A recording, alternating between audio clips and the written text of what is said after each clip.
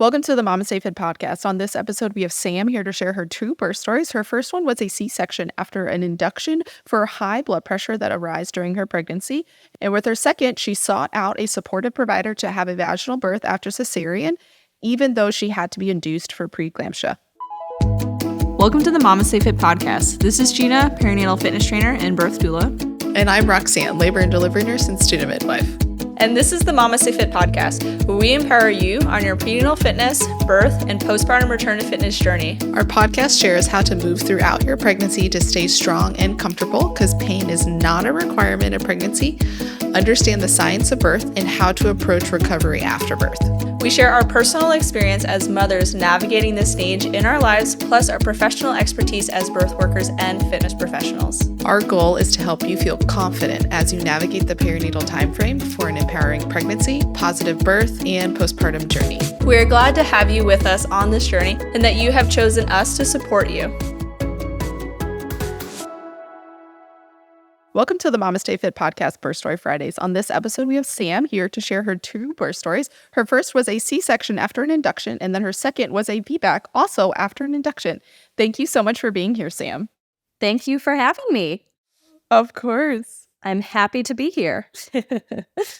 So let's just dive right in. If you want to share how you prepared for pregnancy and birth with your first pregnancy.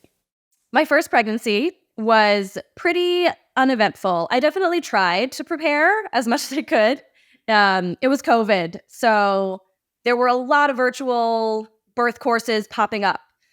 Everything was new, right? A lot of prenatal workout programs. And my friend, she was doing what was called a prenatal Pilates and push prep course, which is what kind of made me go down, kind of change my mindset and really start focusing on my core and pelvic floor and all of that stuff during the pregnancy. So I definitely tried to prepare. Once we get into the actual labor, we'll see how that went off course. But I did try. Yes, I love that. As I said, right, so I kind of went down this rabbit hole of learning about the pelvic floor and the relation to being pregnant and in labor, and I hadn't really heard much about it. So that is what kind of shaped how I did things during my pregnancy, or tried to. My pregnancy was relatively uneventful. The one thing that I had throughout the pregnancy was elevated blood pressure, but I really think it was mainly white coat syndrome. I was monitoring it at home and everything was normal and fine, but every appointment I went in and my blood pressure was elevated.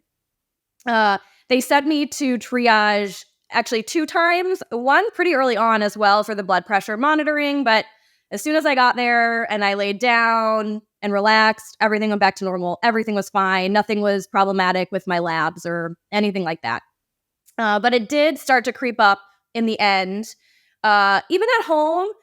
And I don't remember what it was exactly, like how high. But it started to creep up. And so at my 38-week appointment, it was elevated again, of course. And my OB wanted to induce me within the next 48 hours or whatever she said.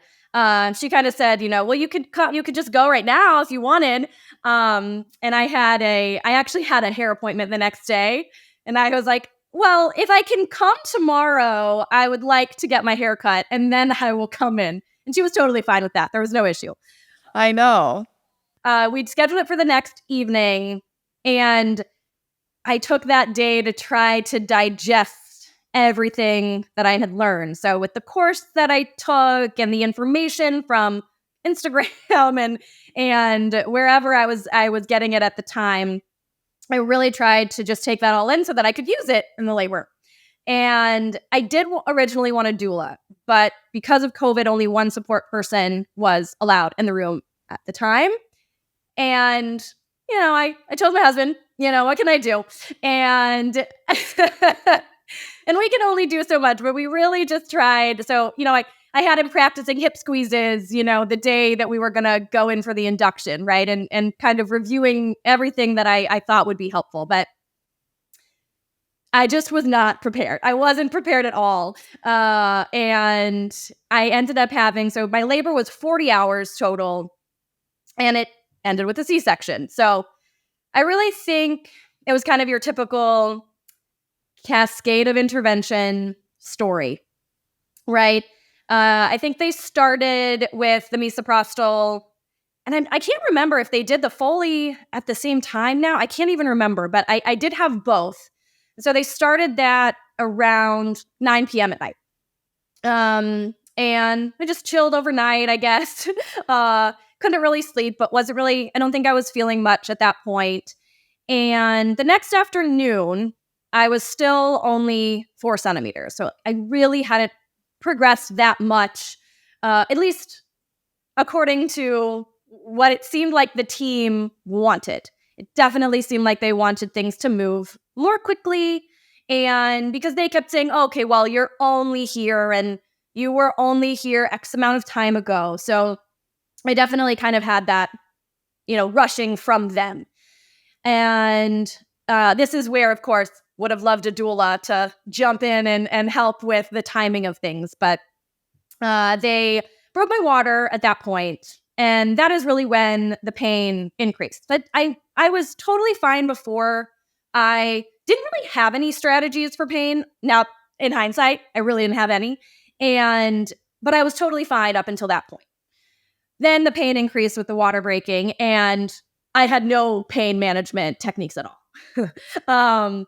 And so I had kind of hoped to get as far as I could without an epidural, but at that point, it was pretty much, nope, need the epidural. There's nothing else I can do here. So that was about 24 hours in, got the epidural. And I also had, while I was waiting for the epidural, they gave me some fentanyl, right? Like the IV meds, which I think they can only give you 3 rounds, and that's the maximum. And the first one was really the only one that actually did anything. And then the second and third were really just, nothing happened.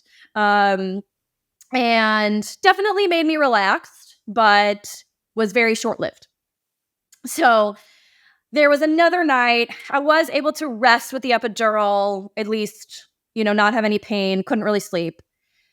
But I had nobody helping me change position or making any recommendations. And I knew from what I had learned and seen that I should be doing something different. I should be changing position. I should be moving around, but I didn't know how, and I didn't know what to do or how often or any of that. And they weren't telling me to do it either. So I was kind of just taking a backseat in my own labor, honestly. And the baby also, she was not tolerating the Pitocin at all. I think they got up to, I don't know what the measurement is, but level 2.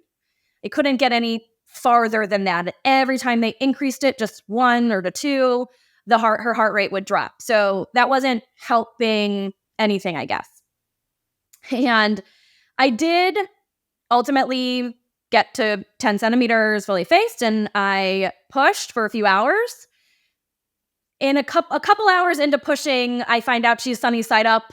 Would have been nice to have known that at some point earlier on.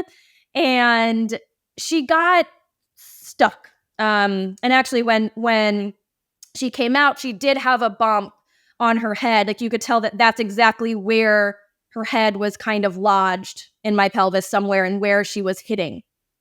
So she wasn't descending at that point, couldn't tolerate the Pitocin, and we did agree to move forward with the C-section. And I remember the doctor coming in, and she sat down at the foot of the bed, and I remember the quote so clearly because she says, "Okay, I think you're done." And my husband laughs at that too, because he had no idea what she even meant. He's like, "What do you mean you're done? What are you talking about?" And she obviously meant, "All right, you're done pushing. Let's move to a C-section." And I actually reviewed the footage because my husband was able to record it. So I did review the footage with my doula for the second birth. And she kind of commented on how it took a little bit of stimulation to get her to breathe in the beginning. And the cord was white when they did end up taking her out. So I do think that at that point, the C-section was necessary with everything, it was necessary when it happened. But I couldn't help but feel that it could have been a vaginal delivery if things during labor had gone differently. So it was necessary when it happened, but I didn't think that it needed to be.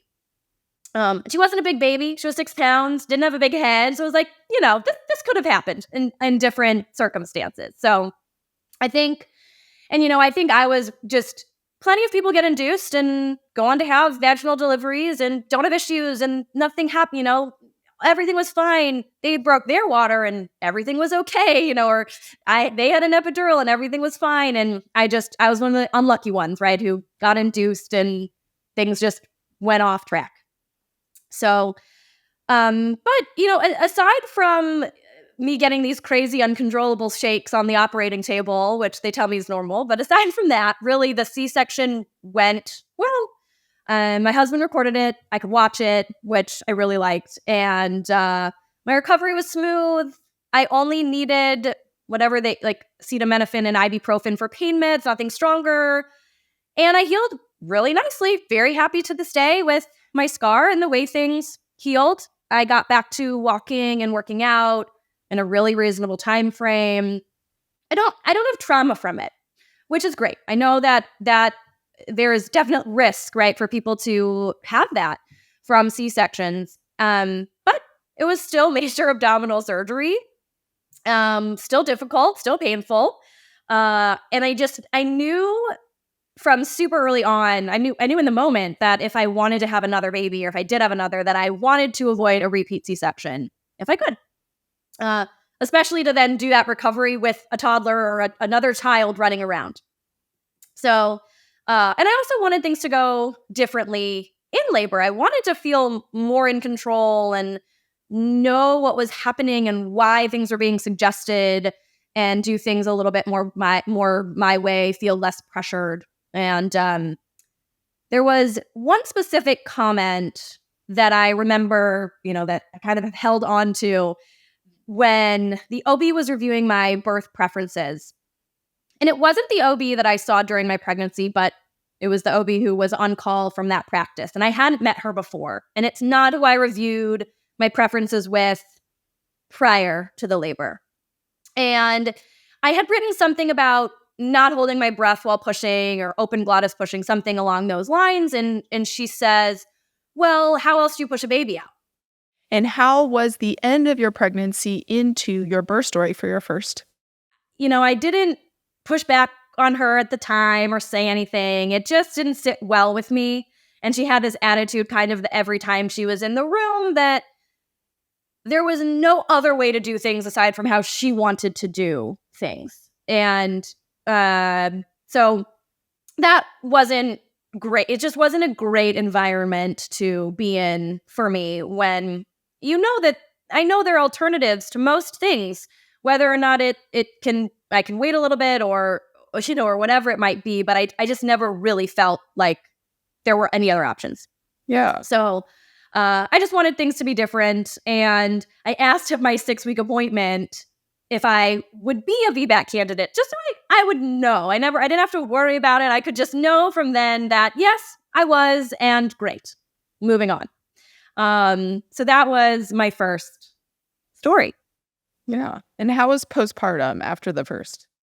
It was fine. I felt like myself pretty quickly afterwards and was able to get back to normal activity pretty quickly, and felt like everything recovered really nicely, and didn't have any feeding or issues like that. So it was great, right? It was totally fine. It was hard, but nothing that stood out that was something that I absolutely didn't want to experience again. Okay. All right. So then let's get into preparing for the next pregnancy and birth. So I did things a lot differently with the second. I was interviewing doulas even before I had a provider. And obviously I knew I wanted a VBAC. So everything was just around that conversation and how I could be best prepared. And I had moved a week prior to finding out that I was pregnant. So moved states. Oh. And I would have gotten a new provider, I think, anyways, even if I hadn't moved. But obviously, just new environment, everything was different. It was back home to where I grew up, but hadn't lived there in quite some time. So needed a new provider, and I did all of the things to prepare my mind, my body. I wanted to try unmedicated again and knew I had no strategy before. So things needed to be different, and I did. And also I wanted my body to be prepared, especially since she did get stuck, and being able to navigate that differently. So I did acupuncture, I did chiropractic. I listened to every single one of your birth story podcasts, which is why I wanted to come on here, because they really helped me very much. And I continued to do prenatal exercises, which I did before, but another thing that I really took from your content was all of the mobility and stretching, which I really didn't focus on with my first. It was really just, I'm doing exercises that are safe for pregnancy. I'm following up a program, but I didn't do much of the mobility. And I really tried to do that every single day. And it helped so much, just how I felt with it during the pregnancy, but I know that it helped during labor as well. I could feel a difference. And I took a hypnobirthing class. I did tons of breathing exercises. I did it all. You name it, I did it all. Yeah. And when choosing a provider, right, you can't interview OBs. Like, you can't just call them up and say, can I talk to you about about me wanting a VBAC and how you'd handle that. So, and I knew that for the first appointment or 2 appointments, it didn't really matter who I went to. I just needed to confirm the pregnancy, get some blood tests. It's not going to be very different. And so I went to a friend's OB and brought up wanting to have a VBAC to have that conversation. And it was really clear that she would allow me to try, but no confidence, not supportive. And I could tell from the beginning that, and I've heard a lot of stories as well where providers will say they'll let them try and then they'll do a complete switch when it's the last couple of weeks of pregnancy and say, nope, it's a C-section. And I didn't want to get into that situation. So I just knew that wasn't a good fit. And I spoke to one other OB, and I did have the opportunity to speak to one on the phone and kind of interview her because she knew my sister. So it was a better conversation, but it was still really evident that she didn't think it would happen. Which, why do I want to work with a provider who just is essentially telling me like, yeah, you can try, but, we're going to end up with a C-section anyways. So, and with kind of both of those OBs, when I explained what happened with my first, their response was that was kind of their least favorite circumstance for a VBAC candidate because I pushed and she didn't come out. So kind of insinuating that something about my body wouldn't allow a vaginal birth, rather than if the situation were different, I could do it. They kind of said, well, if you had a planned C-section, and now you wanted to try, okay, we would let you. They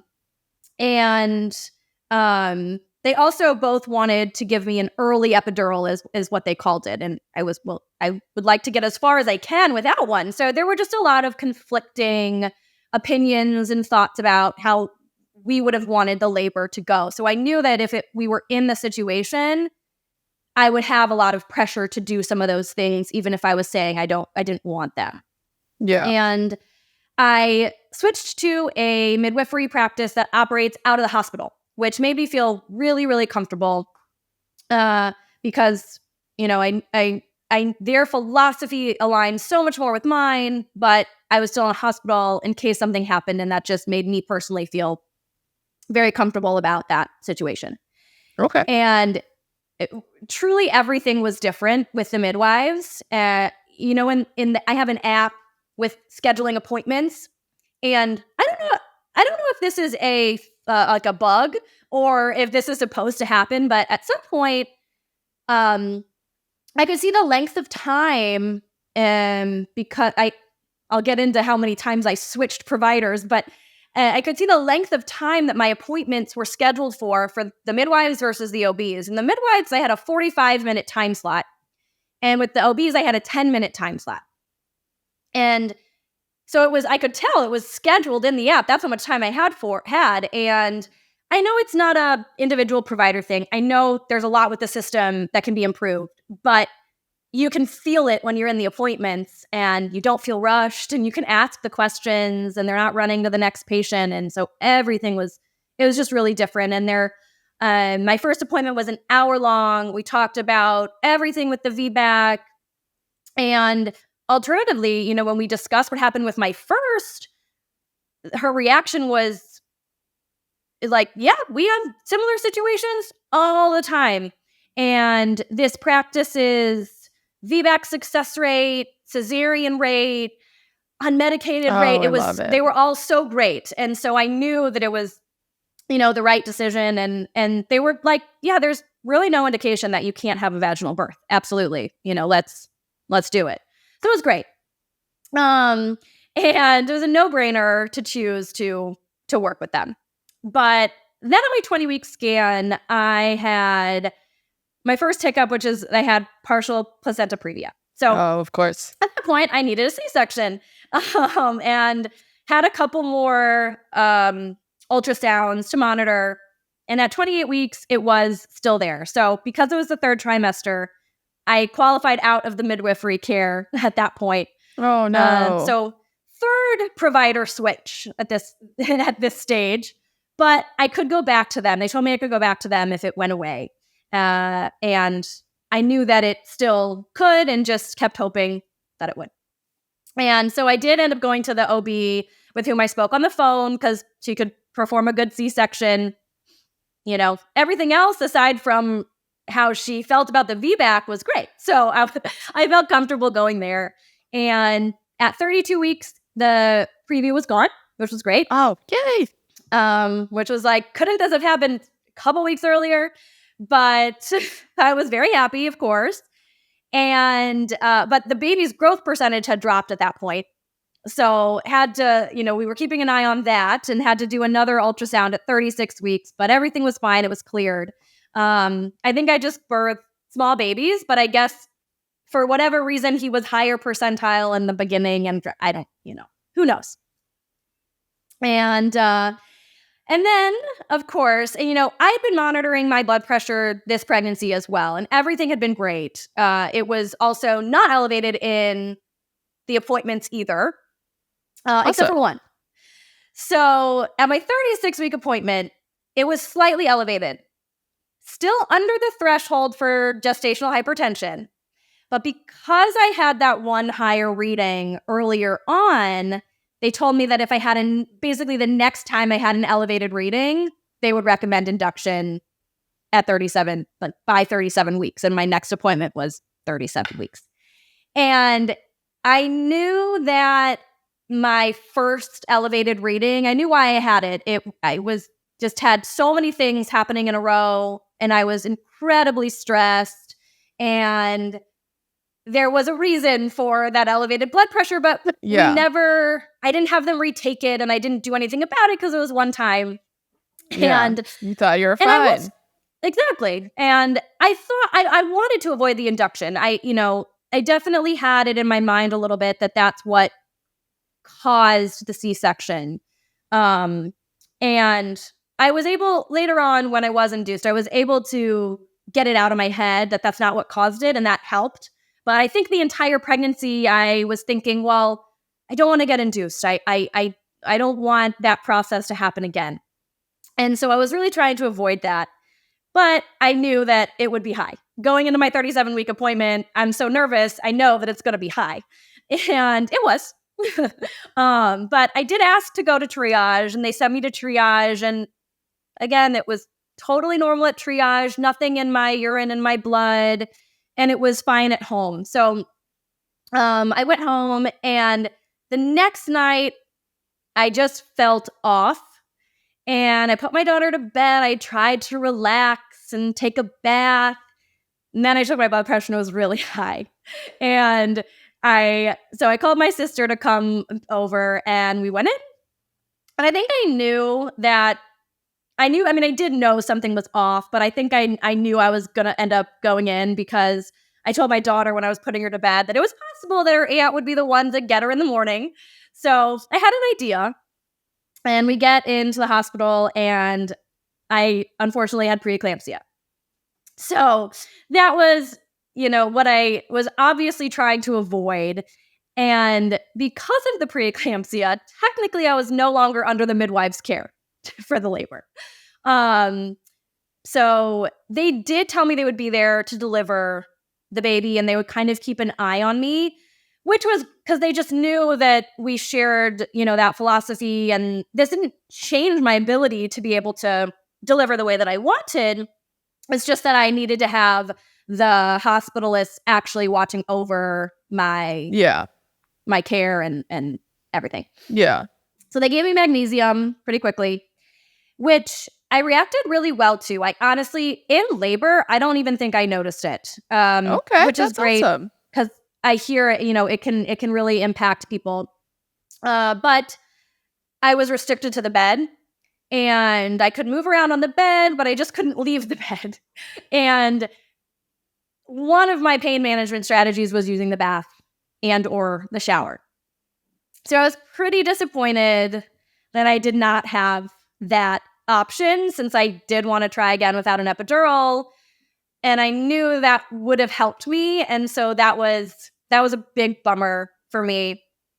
But I had other strategies. I was much more prepared. And they started the induction. So they just Pitocin right this time. And they started at like 10 at night. Sent my doula home overnight. Didn't feel much overnight. And I think they did check me. I think I was like literally zero, like nothing. When they checked me did they? Yeah, I think so. I'm trying to remember if that happened. Am I making this up? And but obviously, of course, I couldn't really sleep. But the first reassuring sign for me was that I got past that level 2 on the Pitocin. There were no heart rate issues this time. And that was reassuring because I'm thinking if things go the same way, I'm going to have the same outcome. So liked that. And I think they got all the way in the end or whatever. They got all the way up to, I think 19 or something. Is the limit 21 or 20, usually? 20. So yeah, so I think they got up to 18 or 19. So didn't have any issues there. And I think around 6 a.m. or so, my water broke. And that's when things started to pick up. And I had my doula come in. And I was actually needing to focus and breathe through the contractions. And I was amazed at how well these breathing techniques, some of the mantras that I had for relaxing and changing position, how they actually worked. I was amazed. But I started to get nervous that I had a long way to go. And, my first is kind of stuck in my head that I'm going to get stuck at, 3-4 centimeters for 24 hours. And how can I go through this for 24 hours? That's what's running through my mind. And so they did check me and I was at 2 to 3 centimeters. I'm like, oh no, this is, and that's all I could think of is I'm going to be doing this for hours and hours. I can't, I can do it a little bit, but not that long. So my doula did try to convince me to wait an hour and get checked again. She told me, she was like, I'm really impressed at how calm you are and how well you're handling the contractions. I wouldn't even know you were in pain. And my husband said the same thing. And she said, I expect a big change to happen soon, whatever, based on whatever she was assessing with the situation. Yeah. But fear took over. I got the epidural, but I had zero relief. Nothing happened. And so they're like, okay, let's check again. And I was 10 centimeters and 100% face. So, and this was no more than an hour after that first check. And So I kind of say, even though I got the epidural, I made it to 10 centimeters unmedicated. That's what I you did. say. And my doula was completely right. If you're listening, you know who you are. and I told her that after, like, yeah, she knew. I that's why I hired her, but she should have listened to her. And the nurse was shocked also. She said, if I wasn't the one to check you, I wouldn't have believed. Like, I wouldn't have believed you were at 2 and now you're where you are. So that happened very, very quickly. And they didn't even put the catheter in because they were like, well, you're gonna be out of here soon. Like, we don't need to do this. But I did have them turn up the epidural, which in hindsight, I wish I hadn't done, or at least hadn't have them turn up so much. Because then it was harder to connect to the feeling of pushing. And so it took a little bit of time. It wasn't a couple pushes. But I was able to be on my hands and knees and side lying.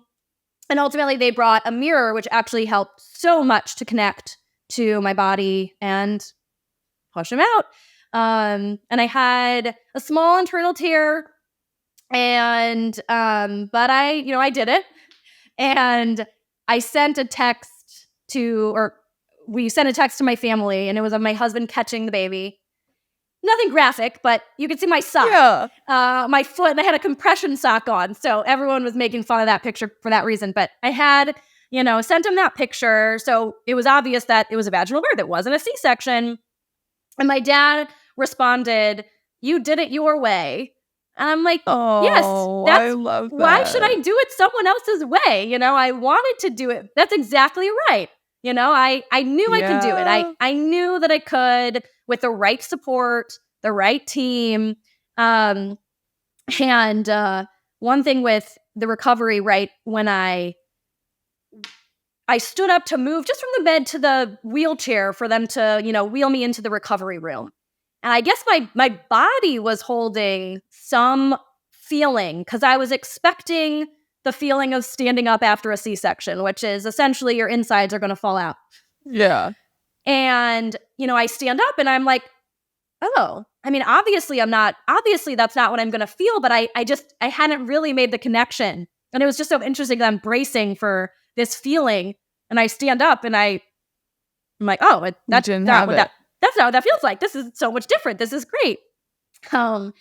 And then I felt the magnesium for the next 24 hours until they could turn it off. I was very just sleepy. Yeah, heavy. Even talking, I kind of just felt like I was not able to open my eyes, not able to open my mouth very much, slurring a little bit. But once they turned that off and that wore off, I mean, recovery was just so drastically different. I really wouldn't even consider what I had was even pain. I was swollen, but I wasn't in pain. It was just so different. And I'm so happy that I, listened to what I wanted and trusted that I could do it, and, trusted my doula and the midwives and everything. And it was very validating. I felt really validated that I, had that vaginal birth, and what some people had told me prior just was made up. And, so that was, that was the second one. I love that, like, going into it, like you were saying, you were afraid of that induction, though, and you almost, like, attribute your first birth to, like, having to go in and get that induction. And then when you had that feeling that you were going to get induced with that second one, like, those fears, they come back up. Like, even if you're, like, not having any sort of issues or traumas associated, they can still just, like, creep back up and, like, create this doubt. But you were able to kind of, like, still work through it and be like, no, I'm not going to have that experience again. Like, I am an active participant in my birth, and I can change and do different things. Even if it maybe still would have ended up in a C-section, like, you would have been able to still have made decisions along the way to have a different experience for, like, yourself. And I think that that's so empowering just by itself. Yeah. And I spoke to a friend who actually had a C-section for her first and tried for a VBAC, but ended up ultimately having a repeat C-section. And I spoke to her the day that I ended up going in for the second induction, and I asked her, was it still worth trying? Did she still, would she still have done that again? And she said yes, and that was helpful. And even though I think in my head, I had never really said it out loud that I was worried that an induction would lead to another C-section, but I think I was thinking it. And she actually asked me, do you think the induction is what caused the C-section? And then when I really thought about it, said, no, actually, no, I don't think that's what it is. Everything that happened, it was a factor, but it's not what caused it. And that helped me to as well going into the second induction where it was, that's not it. It was a small factor, but it's actually, it can go a different way. And so that conversation was super helpful. That's awesome. And I think having someone that you can talk to about those things during pregnancy can be so beneficial. So if anybody else is like out there in the interwebs having some sort of thing, having somebody to like feel safe to ask these questions and just express your feelings to can be so beneficial, like in prep for pregnancy and birth. So how was your postpartum experience with this birth compared to your first? Obviously, you had like a toddler running around, so that obstacle, but like just recovery wise. Yeah, recovery wise, really night and day. I'm running after a toddler, but it didn't feel like a problem to have this, to have a toddler to run after. It didn't feel like a struggle, and it didn't feel like I was pushing through pain or anything like that. It was really manageable, and it was great. Yeah, it was so different. It was so different, and now that I've had both, absolutely, I'm going to choose a vaginal birth to a C-section. I mean, there's no comparison, at least for me, with with the experiences and how they felt afterwards. It's no difference. And and I do want to comment on what you just said about having someone to talk to. And I think everyone had something to say about me wanting to try for a vaginal birth after a C-section or wanting to try unmedicated. Everyone had something to say. Everyone has really an opinion. Important. Yeah. And it's really, and most of them are negative, and it's really important to find those people who are supportive and don't have something to say or have positive things to say, because and to tune everything out. I mean, I had to, at some point, I just stopped telling people because I didn't want to deal with having to explain myself or, having to deal with these, with negative comments. So I do think it's it's important to have, even if it's just one person. And I had a couple people who I could speak to, which was super helpful. But that's very important. Absolutely. So if there was one piece of advice of someone who is potentially going through the same situation as you, where they had a C-section the first time and they're navigating a second pregnancy and they're wanting a VBAC, what type of advice would you give them? Or if you could like give advice to your past self, what is like your like token of advice that you would give someone? Well, my past self would be get a doula for the first, but doulas, get a doula. Yes. I also know that my advice definitely would be get a doula, but I know that that's not feasible for everybody. And so I do think it is having a provider that is supportive. And I've heard so many people on your podcasts as well with this same advice. And yes, I just don't think you can say it enough, though, that having a provider who is going to be supportive of your decisions and allow you to make those decisions.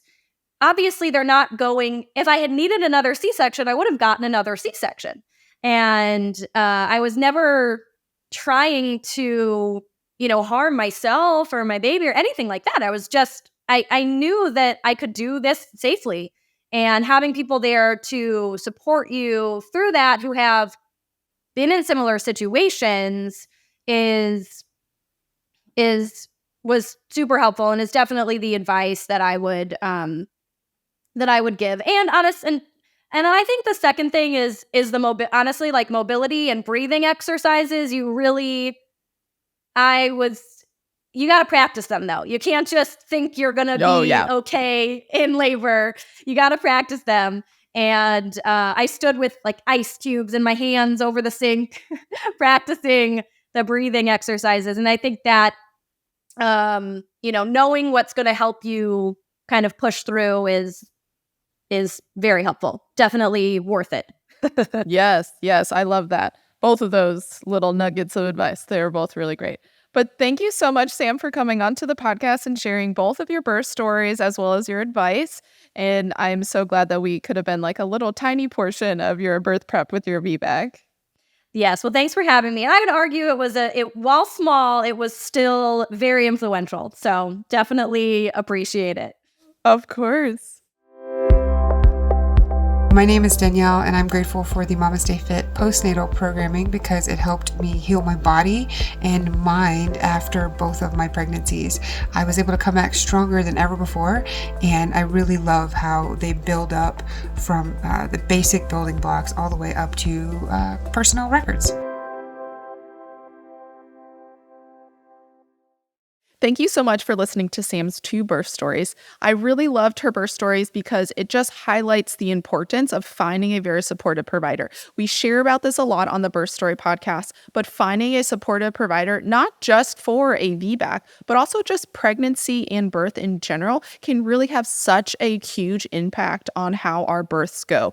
I was really intentional on finding different providers during all of my pregnancies, and with all of my births, it was a different experience because every provider is slightly different. I always felt supported by all of the midwives that I chose for all of my pregnancy, though, and I think that made such a big impact on the experience that I was able to have. So finding a supportive birth provider cannot be emphasized enough to be able to have a different type of birth experience that you're wanting. Whether or not it ends in a vaginal birth or C-section, that may not have that big of an impact, but how you feel during that experience by having a supportive provider can be different. If you enjoyed this episode, please like and subscribe to our podcast so you'll be notified whenever we release new episodes. We have educational episodes every Wednesday and birth stories every other Friday. If you're pregnant and looking for more support, check out our online childbirth education course and our prenatal fitness programs. Our childbirth education course is a self-paced course with over 9 hours of content that breaks down the science of labor and birth to make it less scary, because it takes away that mystery surrounding pregnancy and birth to make it less scary as we approach it. Our prenatal fitness program is a great way to help prepare your body for pregnancy and birth. It's broken up into 2 different formats. Our app-based program is a list of exercises with demo videos that you work through at your own pace. It's available in a full program that's 45 to 75 minutes in length workouts, or our mini, which is 15 to 20 minutes. And then we also have an on-demand version where you follow a video and work out alongside of us. Both of them are available in a bundle with our childbirth education course. As a thank you for listening to this entire episode, you can use Story 10 to get 10% off any of our offerings on our websites, to include the bundles, the bundles are already 15% off, and with the code, it's another 10% off, which pretty much it's free after all of that, because girl math. So if you want to check out any of our offerings, you can go to mamastefit.com and again, use Story 10. And thank you again for listening to this episode.